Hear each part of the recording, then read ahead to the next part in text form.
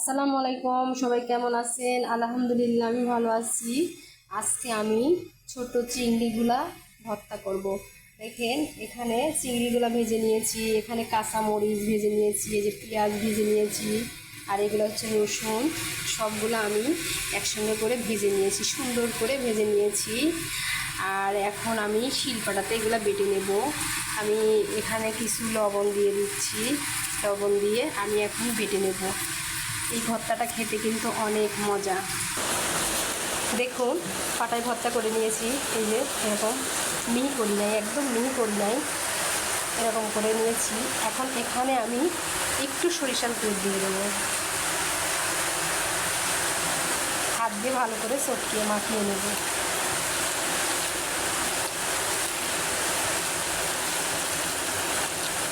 এটা গরম ভাতে খেতে অনেক মজা।